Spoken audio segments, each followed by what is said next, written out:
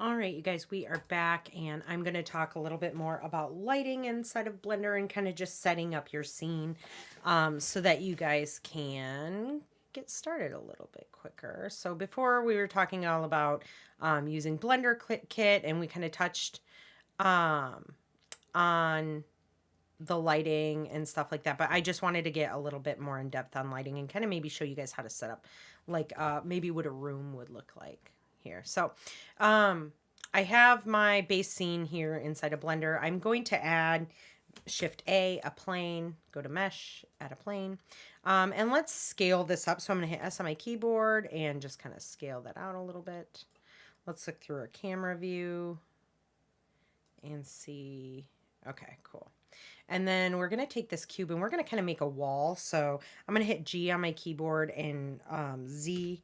And in fact, I'm going to hit 1 to switch over to this view. Oh, and I happen to pretty much line it up perfectly. But if I needed to, I would hit G and Z. And then I could easily just kind of lock that into the Z position and snap it right there.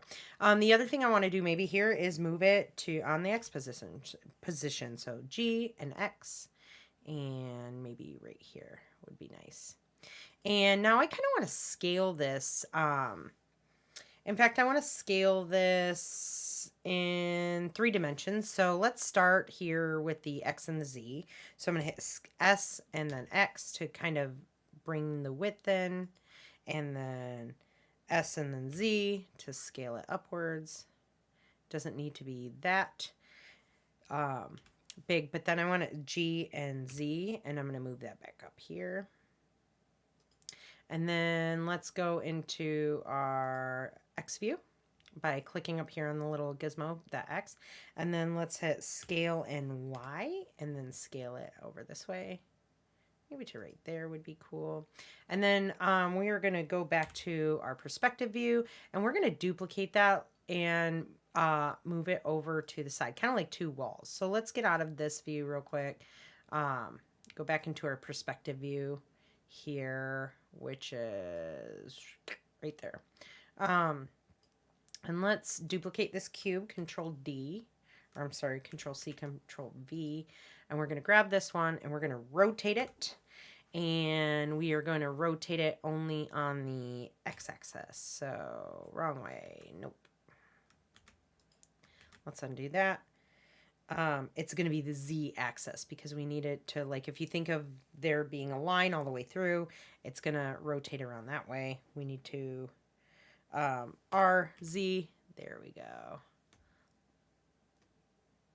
And let's rotate that like this. Let's go back into the Z view and see if we get that rotated perfectly here. Let's do G and Y and move that over this way. And it's not, you can tell it's not perfectly rotated because you can see 2 sides of it, kind of like a weird angle. So let's do R and Z again and then rotate it until it is perfectly flat this way. Probably not the best way to do this, so don't do it this way. What I would do, let's say it's there. Let's go to the rotation here, and we're just going to type in 90 degrees on the right side there. Perfect. Now let's move it. G and Y, and move that maybe right there. Perfect. And now let's go to the Y view, because we're going to see it from this side. And we want to maybe move this over. And let me see here. Let's go back to our perspective view, zoom out a little bit. Maybe go like this so we can see what we want to do. Yeah. Okay, so I'm going to grab this second wall and hit G, and we want to lock it to the X, and we're going to move it over this way. Maybe till they're like that. We don't want them to intersect right there, so I'm actually going to hit the Z view and G and Y and move this up like this, because you don't want, for instance, hold on, let me turn this zooming thing on. right here, you don't want those to intersect, right? You don't want that corner to intersect into each other. So what I mean by that is if I were to G and Y again and move that down, let's grab this G, Y, and move that in here. You do not want this to be occurring right there, right? Where it is intersecting, the geometry is intersecting with each other. So I'm going to hit G and Y again and just move that up just a hair so that they're almost touching there. And then now when we go back into our perspective view and zoom back down like this, it looks kind of like a corner, like it looks like a wall, right? We have like almost like a studio backdrop kind of. And let's go ahead and add in here, I don't know, let's put a statue, because this will be cool with some lighting. And let's see what kind of statues we have for free. This one's neat. It is locked. So let's go ahead and go into our search over here on the right side. I'm going to click that, go to Blender Kit, go to models. Let's type in statue, filter search. Let's hit free first. There we go. Okay, cool. Now we can find some cool statues to maybe use. I thought this was not this one. That's kind of neat. This little beaver statue. Let's do this. Let's scale this guy up. So let's select the beaver statue, hit S, and scale him up to here. Let's rotate him. Let's look through the camera view real quick. So I'm going to zoom over here. It looks like with the camera view, we're going to lock that in place and we're going to zoom out and maybe move up. Maybe rotate just a tad. And then move it. We're going to kind of frame our little area over here. This guy. Let's maybe put that there. We're going to move the beaver statue. So we've got our framing. Let's move him. Actually, let's just do X right there. Let's do GY right here. Maybe back a little bit more right there. Looks pretty cool. Let's rotate him on the Z axis so he rotates towards us. He's looking at us. Cool. All right. So let's see what this little guy looks like with some light on him. I'm going to go up here to my viewport shading and I'm going to click that right there. And it looks like he looks pretty cool right there, but let's maybe, well, let's move him a little bit more closer to the camera, or what we can do is zoom the camera and move the camera up. There we go. That looks pretty neat. And let's go ahead and zoom this out just a hair. Add some materials to our backdrop. So let's go to materials here and we'll just type in backdrop. Not backdrop, but backdrop. I don't know if this will give us a material. Let's see here. Wow. We don't really want cloth. The brick is kind of cool. Concrete. Maybe white paint. Yeah, let's do paint. Let's see. Wall. Let's type in wall. A smeared wall, kind of like a stucco. Looks like. Concrete wall. Stone wall. Let's find something here.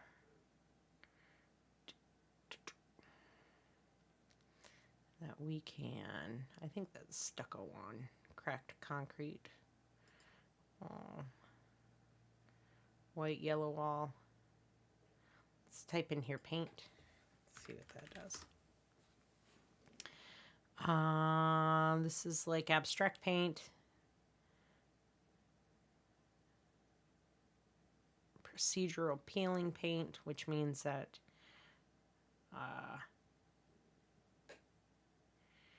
it was randomly generated, like the peeling texture. This rusty paint, let's do that. Let's add that on the, oh, not on him. Let's undo that. Let's add it to these areas. So this one here. Let's add it to this one here. Let's see what this looks like if I hit F12. Just with a little bit of light in here. If we like it. It looks a little too big. Probably not. All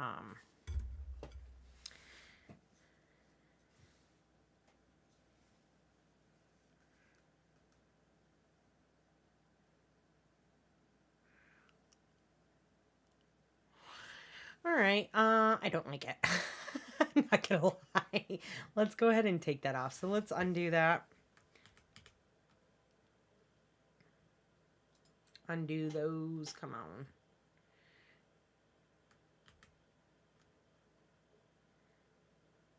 We're just gonna add on there. Let's type in wall again.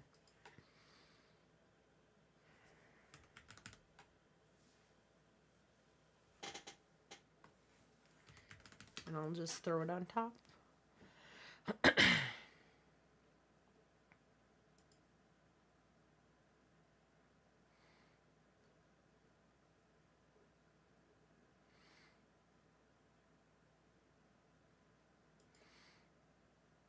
Let's just throw this on here. Okay, that looks cool. We'll do that on these ones. And then the floor. Let's just type in here floor. Neat. Wood floors. Wood green. Tile. Let's do something a little bit more neutral. White marble. Stone. Floor oak.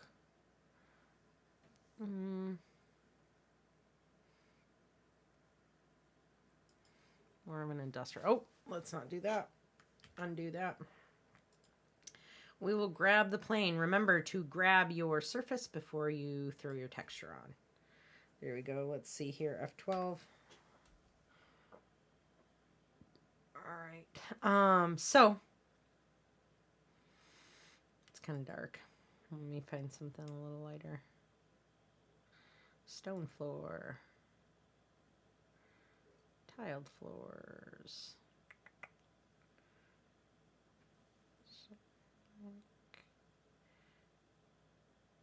Wool carpet. Let's try that. It's probably going to look crazy if I hit F12. All right, it works. It's not super textured. Let's see if we can get some more detail in there. So, we've got the walls, we've got the floor, we've got our subject. But let's add some lighting, right? Because right now the lighting is a little bit too harsh, and we want to add like a studio lighting to this setup. Now, what is a studio lighting? Let me bring this over here so we can see. It's called a 3-point lighting. And it contains exactly what it sounds like, our 3 different lights. When we look at it, here's our subject. And we have our camera here. Let me zoom in on this. So we have our camera pointing at our subject right here. And our main light is our key light. Now notice that the key light is at 100% intensity. So that means that we want that to be the brightest light in the room. That is going to be the light that essentially lights up our object, right? Or our subject. Now the next light you'd want to add in is the fill light. Now this one, the key light is at a 45-degree angle from your subject. The fill light's going to be on the opposite side here, right? So, and the fill light is at a 50% intensity. And what this light does is it fills in all those shadows here on the opposite side of the subject. And you have then your backlighting, which is also known as your rim lighting, and that is at a 20% intensity. And the backlighting is just going to help separate your object or your subject from the background, so it doesn't look like it's really flat, right? And so there's different ways when you look on online that it can be set up, but it's usually always 45-degree angle from the subject with the fill light. The key light is on the opposite side at 50% intensity, and the backlight is somewhere on either side of your subject, and that is at a 20% intensity. Now, when you look at this image here, this is a great example on what these are. So this one, This first image here is one with just a key light, right? There is no fill light. You notice there's some dark shadows here on this opposite side of her face, and the only thing you see lighting up is here. What it looks dramatic, right? So if you're looking for a dramatic shot, this one is one that you would be going for. Now this here has a fill light. So you've got your key light over on this side, you've got your fill light over here, and that just fills in some of that shadow area on your subject. So now her face isn't so shadowed, but she doesn't have a rim lighting on here, which separates her from the background. Now here on this third image, you have all three lights, and the rim lighting being this red light in the back, which, I mean, it's okay. Maybe choose a different color, but yes, this is, this is the 3-point lighting system. This is exactly what you want to kind of set up in your scene, especially when it comes to maybe your surrealistic scene. Your realism scene might have some lights you might put in there, which will also add to the ambiance of it, but you'll also want to add additional lights into that scene as well. It just might not have to be the studio lighting that you see. You can have a little bit more fun playing around with the lights. So let's kind of set up that studio lighting here in this scene. So I'm going to move back out here, and what we have is when I select my light in my scene collection over here in the upper, when I select this light here, when I look at it, you notice that there is a little icon here, and this will direct you on what type of light that you're looking at. Now, when I select that light, you're going to see in our scene that this little orange dot appears. Again, this is our essentially light object, right? And we want to let's talk about the different types of lights that we have here in our space. So I'm going to select that light, and then I'm going to come over here to this data, object, and properties. I know I touched on that a little bit in the last one, but we're going to touch on these a little bit more here in this lesson right now. So this light here that we have already in the scene that's automatically there when we start is known as a point light. Now, a point light radiates light out in all directions, right? Which is cool, but which makes it very sensitive to distance. So if I were to take this light and I were to hit G and I were to move this further away, because I have my real-time lighting on, you can see that it doesn't, it's like the intensity of it. As I pull away from my subject, you have a harder time seeing it, right?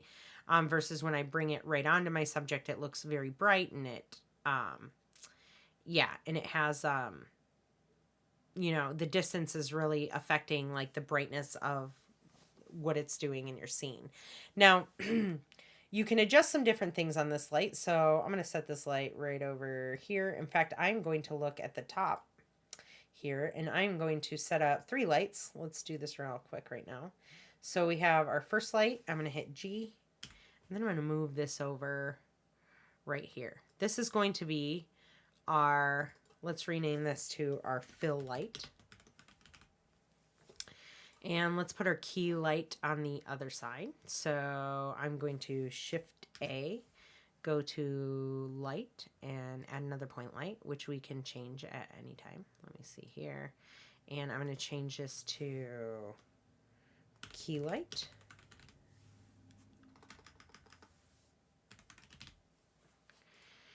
And I'm going to take this light and hit G and move this one right over here. And then I'm going to add another light, so Shift A. And, let's do that here. That just opened everything up.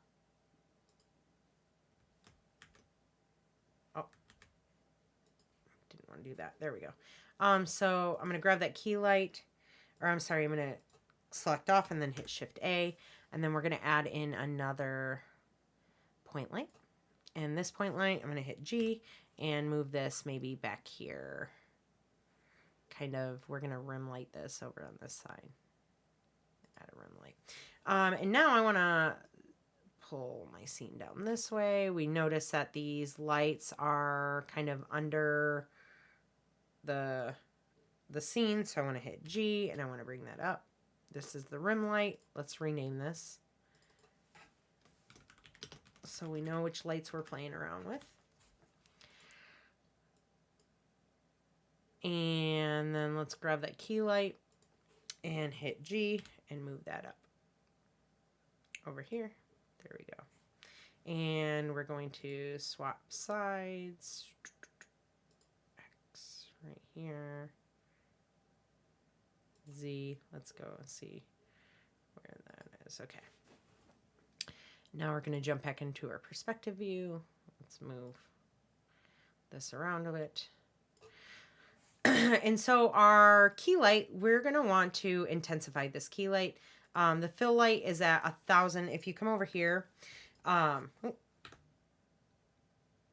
we look over in this area, the key light is at 1,000 watts. And we definitely need to adjust that so that the, I'm sorry, this is the fill light, but we need to change this so that this is half the intensity. And then we need to increase the key light, right? So the key light, let's come up here and change this to 1,000 watts. There we go. That lights that up. And then the fill light, we're going to drop that down to 500 watts. And then this rim light, where are you at? Rim light right here. We are going to change this one to 200 watts. And the rim light is looking like it's adding an intense spot right here because it is, remember, this point light exudes, it radiates light out of every single angle around the whole entire object. So it's like just kind of pointing all that light right there. So what I'm going to do is I'm actually going to take this rim light and move it upwards. Let's get back out of this view here.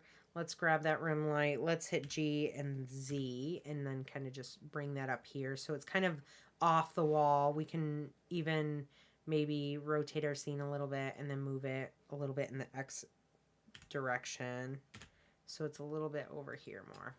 And then maybe I'll grab my key light and just adjust that over GX. Just kind of move that over right there. So if I were to look at the top of my scene, I have this light here. This fill light, I could even move a little bit closer. G, Y. Let's move it forward here. Right there. But here we have our first, I'm sorry. Let's go here and do this.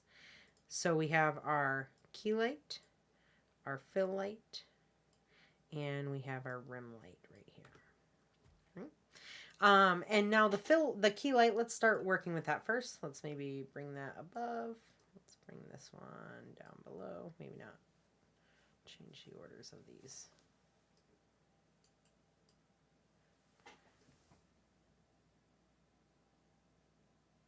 Control to link compare. No, we're not doing that. Okay, so I'm going to select that key light.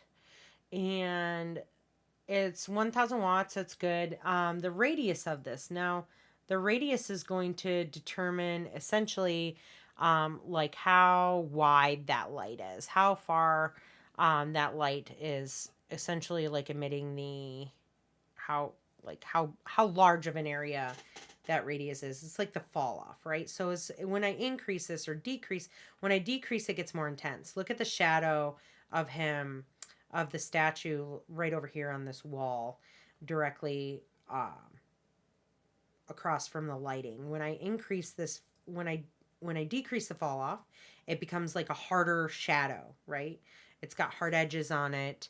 It doesn't look soft, and we don't want that. We kind of want to increase the fall off here so that it kind of softens the shadows in the scene essentially for you. And then we're going to do the same for the fill light. Let's increase that a little bit. And then the rim light should be okay, but we can just a little bit increase the fall off. Now the rim light we can have a little bit more fun with. Maybe we add a little bit of color to here. Now the coloring of the lights. Okay, let's talk about this for a little bit. We have HSV or RGB over here. Let's move over here. RGB is red, green, blue. HSV is hue, saturation, and value, right? You never want something super saturated. When I mean super saturated, I'm saying when you're working in HSV, you don't want it all the way along the outer edge. It just looks really fake. And so what I like to do is I like to click here and maybe just warm it up, but kind of stay towards the middle of the circle a little bit more. In fact, we're going to move, this whole scene's pretty warm, so I'm going to just add a little bit of a warmer light here. And if we look into our viewfinder here, I might move this light further back, this rim light. So let's get out of here.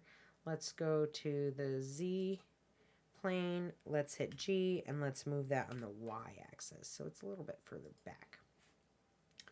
And then if we go into our camera view and I hit F12, our subject is lit up. It's lit up much better, actually. We can increase a little bit of the detail here. We can increase the intensity of a couple of the lights. Probably the key light is one that I would increase here, so we get a little bit of a brighter look right here in the front. But you can see that rim lighting right here, that little red lighting that's happening on these little areas right here, right there. Over on this area, kind of some right there. So the rim lighting, it doesn't need to be super intense, but it does help to fill that in the back area. And then that fill area is going to add in a little bit more detail on this side, that fill light. Let's go ahead and increase or move the key light. Let's increase the intensity. Maybe we decrease let's try and double that. 2000. Not 200. That's a little extra bright. Maybe we'll do 1500. And let's lower the fall off a little bit more. So now when I hit F12, you'll notice that it's much brighter in this area and lit up a little bit more. I might raise the light a little bit so we can light some of his face up a little bit more. Let's see here. Not looking through the camera. Let me go into this view, X view, and G and Z. We're going to move that up. And maybe a little bit closer. So G and Y. There we go. So now, when I go like this, and then when I look through the camera view, F12, nice, we get a little bit more detail here on the face. So you're going to want to adjust your lights to move them around and maybe give him a little bit more detail. I might want to, like the shadow doesn't really look that great there, so I might want to increase that fall off a little bit more again, so it's a much softer shadow, but you still get, and the light's a little bit softer. It doesn't give such hard highlights on there, which looks really nice, right? Because you don't want really hard shadows, especially in a studio lighting setting. So this will be good for when you guys are doing your surreal scene. Let me kind of shut these lights off and let's look at a couple other lights here. So I'm gonna hit, so we know what the point light does. I'm gonna hit Shift A and let's add in a sunlight. And so what the sunlight does is exactly what it says. It mimics the sun. There's going to be, if I hit G right now and I move this upwards, you're going to see that there's like this line here. Now this emulates the sun rays, right? So the light moves parallel to the rays move parallel to the light itself, which will affect the shadows, right? So based on where you move this, it's affecting where the shadows are. If I hit G and I move my sun, that will not affect it because I do not believe so. Let me see. G, let me move this over here. Let's hit F12. That looks okay there. Wait, we got to shut off the lighting in the render. Remember, don't forget to do that if you need to see. So now if I hit F12, this is more of what we're looking at. Okay. So the sunlight's coming from here. And you can see it's affecting the shadow. The shadow's a harsh shadow, which we wouldn't want. But let's G and move this sunlight over here. Now let's hit F12 and see what that looks like.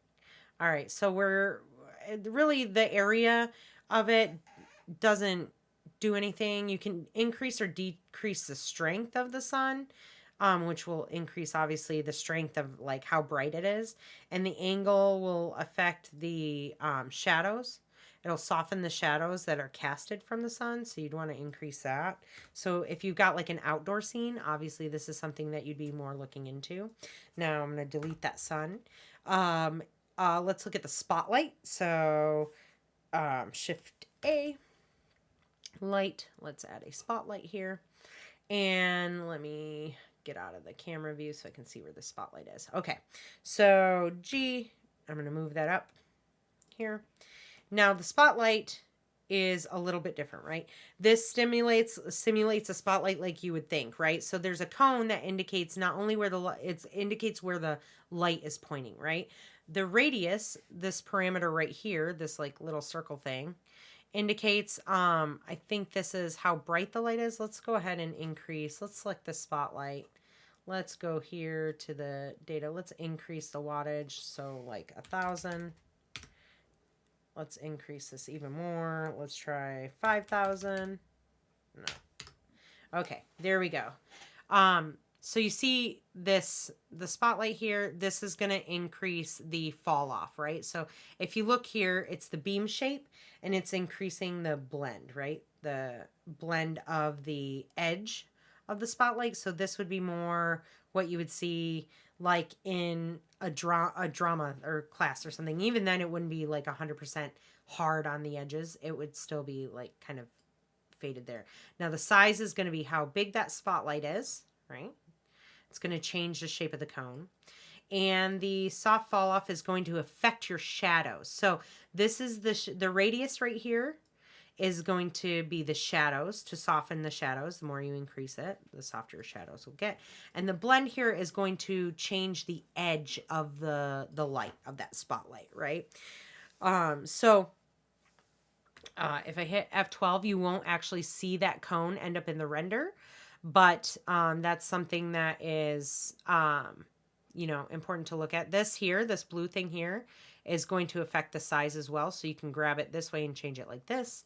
And then here is going to affect the angle of that cone. So you can change it. So you can have the cone or the light put in place, and then you can change the angle here by grabbing this little yellow dot on the actual light here. So you can animate these parameters, I believe, too. So let's see, new.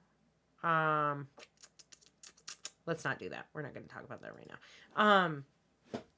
Yeah, so the spotlight's cool if you're going for a certain ambiance, right? Now, if I were to delete this spotlight, and let's add in the last light here, Shift A, which is going to be the area light. So the area light, it's going to give you a more realistic result. Let's go ahead and hit G and bring this up here. And we are going to, this changes the angle again. Let's go ahead and do that. Hit Z there. We can change the shape of the actual light itself. So if I look from the top down, right, you're going to see that the shape here is a square. We can increase that size, the area light there. And we can hit G and we can move this. Let me see, area light. G, maybe move this right over here, like right above our subject. But these area lights give a more realistic result, right? But it can be heavy on your scene and it can be heavy on your machine as well. So if your machine can't handle it, I would stick to using point lights, maybe the sunlight, but like not the area light if it can't handle using all of that. You might be able to use at least one, but I wouldn't use all of them to be area lights. But if you move this around, it will move around the shadows, unlike the sun. So if I move this, let's increase the intensity to like 5,000. Okay, there we go. And now I start to, when you moved the sun, remember that it didn't really change where the light is. But if I start to move this, you can see that it's changing how the shadows interact with it and that the intensity of the light. So it's almost like a combination of the point light and the sunlight, right? If you move it away, the distance, like in a distance, it will be affected. But yeah, the yellow ball allows you to change the direction of it. So if I wanted to change that like that, I could. And notice how it's like darkening this side now of the object, and this side right here is still brighter. So the area lights are pretty cool to work with as well.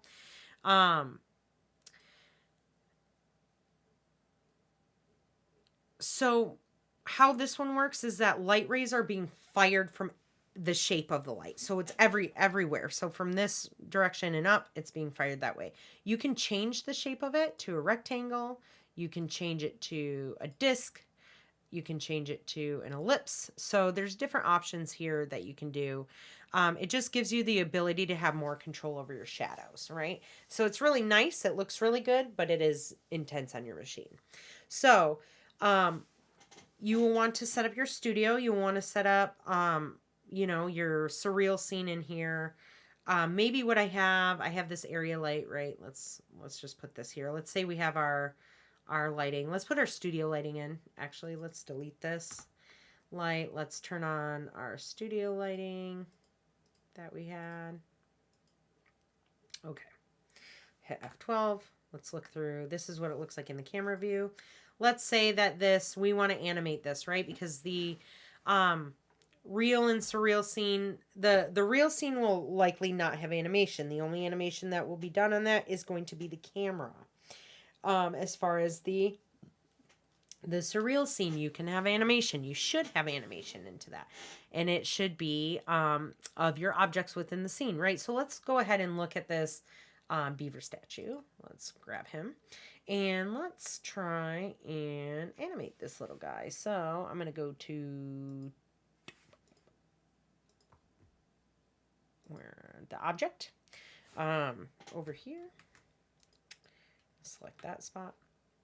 And I actually want to rotate this guy, but let's go ahead and let's bring this up here. Let's mark on here. I'm not going to auto keyframe. And I'm in fact going to just manually keyframe here. So the first thing that I want to do is I want to keyframe. I'm going to keyframe the rotation. So I want to rotate him on the Z value. Like I want to rotate him like this, right? So let's start where we were at. Let's add a keyframe here. All I did was click on this little dot right there and it added a keyframe. I am going to move my playhead forward, maybe to 60 frames, and then I'm going to change this value, maybe like this, right? All the way back there. And then again, it doesn't auto keyframe unless you have the auto keyframe button turned on, which is this right there. So the auto keyframe button will work like After Effects. If you move your playhead and then you move your object, it will add a keyframe.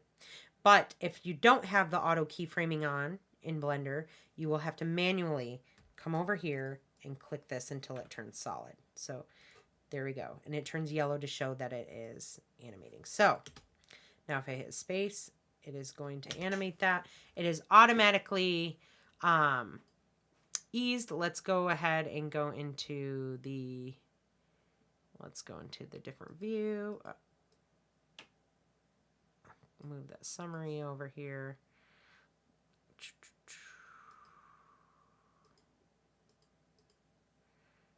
We are going to go into view.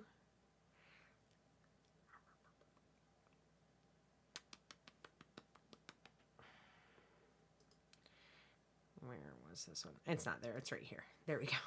I was like, which one? Graph editor. There we go. And let's grab the beaver statue. Where are you? Where's the keyframes? Oh. Drop this down. There we go. I just had to drop this down a little bit more. Let's see. Bring this over here.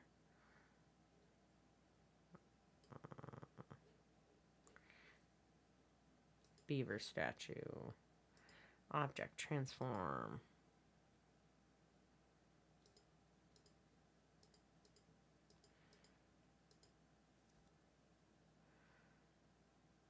Dope sheet. Timeline. Let's select these. There we go. Let's see if that works. Let's go over here. Graph editor. Also F6. Where are my keyframes?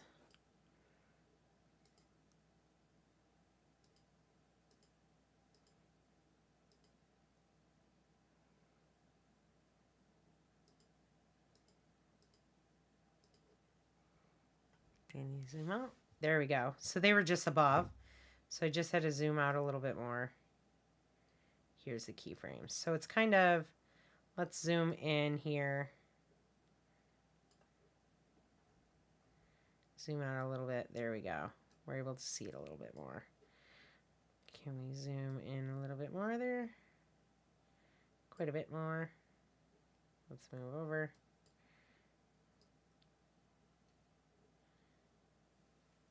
Oh, come on. Snap easing interpolation. I want to recenter this. How do I do so?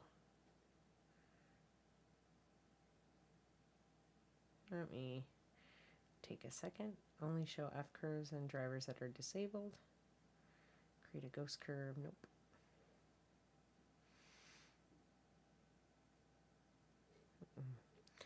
Let me grab this bar. Zoom back out. There we go. Okay. Let's grab this and we can, holding down Shift, maybe we intensify this a little bit more, right? So we want it to really slow down at that stop there. So now when I play it, and I can even increase this, right? So it's going to slowly start to rotate. It's going to pick up speed. Most speed's going to happen right here in between these frames. And then it's going to slow down to a stop. There we go. And so now if we're looking at it through here, and I play it, there you go. So you're going to want to animate your objects in your scene. Most of it's going to be rotation, maybe some positional changes, and possibly some scale. Most, you guys can mess around with the scale if you want to as well. The other thing, so for this is an important one, specifically for animating the camera for the real scene, and also for if you're going to animate the camera here for the surrealistic scene. So let's do that right now. Let's do a camera animation. So the first thing I want to do is I want to make sure I'm locked into my camera here so that no matter where I move, like if I start over here, right, and I'm a little bit turned this way, I want to start maybe I want to start right there, and I'm going to select my camera, and we are going to move to the beginning, and I am going to animate the rotation. Let's just hit R on that. Let's keyframe all of the rotation and the position properties. We are not going to animate the scale of the camera. That's not going to work. Let's go back into our over here in the corners, how you get to your graph editor and your dope sheet and timeline and stuff. So let's go back to our dope sheet view. And we have the keyframe here on 0. We're going to move all the way to 60. But before we do that, actually, let's go back, not to the dope sheet view. Let's go to the timeline. And we're going to hit auto keyframe on this one so that it's going to make the changes for us without having to manually keyframe those over there. So I'm going to move my playhead to 60 frames, and then I'm going to move over and around. Maybe over a bit more. And I'm also going to do, actually, let's not have such a hard rotation. Just like a slight rotation, right? Right there. And then maybe I want to push in, right? I want to zoom in, which is going to be a position property. So I'm going to zoom in a little bit. So now if we play this back, we have a little bit of a camera motion as well. Now the problem with the camera motion is that when you're watching videos, so when you're filming and you think of how motion happens, right? Or like how a car goes and stops, when it's similar to easing. So when a car starts off driving, they start off slow, they pick up speed, and then when it comes to a stop, it slows down, and then it comes into the stop, right? Similar with when you're filming with a camera, right? You have the camera in your hand, you start to walk, you pick up speed, and then you slow down into a stop. Well, that's fine, but you have to account for bringing that footage into post-production, which is the editing process, right? And so when you're editing footage, you take out that section of the footage where it's speeding up and slowing down. And so you'll just have a linear camera movement. This is really one of the only times that you really want to have, excuse me, I'm sorry, linear motion to an animation is during when you have your camera movement. So I'm going to select all of these keyframes, and I'm actually going to go into the graph editor, and I'm going to make sure that they are all linear. So I want to hit linear on all that. These ones, let's select this one, all of these right here, all of them. Linear, they should all be linear. Let's grab these and these right there. Let's see. In fact, I don't know. Interpolation mode, linear. They all look linear, right? They all look like, if I zoom in here, drag this over, move this down, they all look like straight lines, right? So if I select this value here, if I select these keyframes right here, you can see straight line, linear, linear, any kind of movement here, linear, right? No curves to those lines. So now when I play it, it's one speed. That camera is one speed. So you want to make sure that when you're animating your camera, you come in here and you change these keyframes to linear. So it's one speed. The objects can have easing to them, but you want to make sure your cameras do not. So with this being said, you're going to want to make a realistic scene, right? It's most likely not going to have any animating of any objects in it, but it can be like a room in your house or anything that you can think is realistic. And then you're going to have a surrealistic scene, which is going to be, objects that you create, like some surrealistic imagery that are animated, right? So you're going to animate the objects, whether they have a rotation or a positional change or a scale change. You're going to want to do animating on that. And then you're also going to want to animate the camera in both of your scenes. So with that being said, this one, is one of the more fun ones to do, right? You're gonna have a lot of fun plugging and playing with this one. It's almost like playing like a Sims game or something like that. So this due date for this one is next Wednesday. Next Tuesday, a week from today. And I look forward to seeing what you guys are doing. These ones just have to be posted onto into Canvas. I do want you guys to make sure that you're exporting these out of Blender. Again, let's go ahead and check this out. Let's open this up again. Sorry, closed it too quickly. Over here, remember your export settings and stuff are over here. So let's click on this right here. It's the one that looks like the print right there. This little guy. 24 frames a second, 1920, 1080. Don't change your aspect ratio. Don't worry about that. Beginning frame, end frame, right? If you want to shorten your animation, it doesn't have to be longer than 10 seconds. Each animation could be about 10 seconds long. Even a little bit shorter than that. I'd say 8 to 10 seconds long. So you want to make sure that you're doing that. And then right down here, in this section where you're going to want to find the file that you're going to want those PNG sequences to go to. You're going to want to export it as a PNG with the RGBA, which has the alpha channel in it, right there. And then you can go ahead and render this out. If we go to render up here, you will go to render animation or render image, and it will do so for you. So go ahead and get started on this, and I look forward to seeing what you guys make. Some weird stuff I've seen come out of this class. So, all right, you guys have a good night, and I will talk to you later.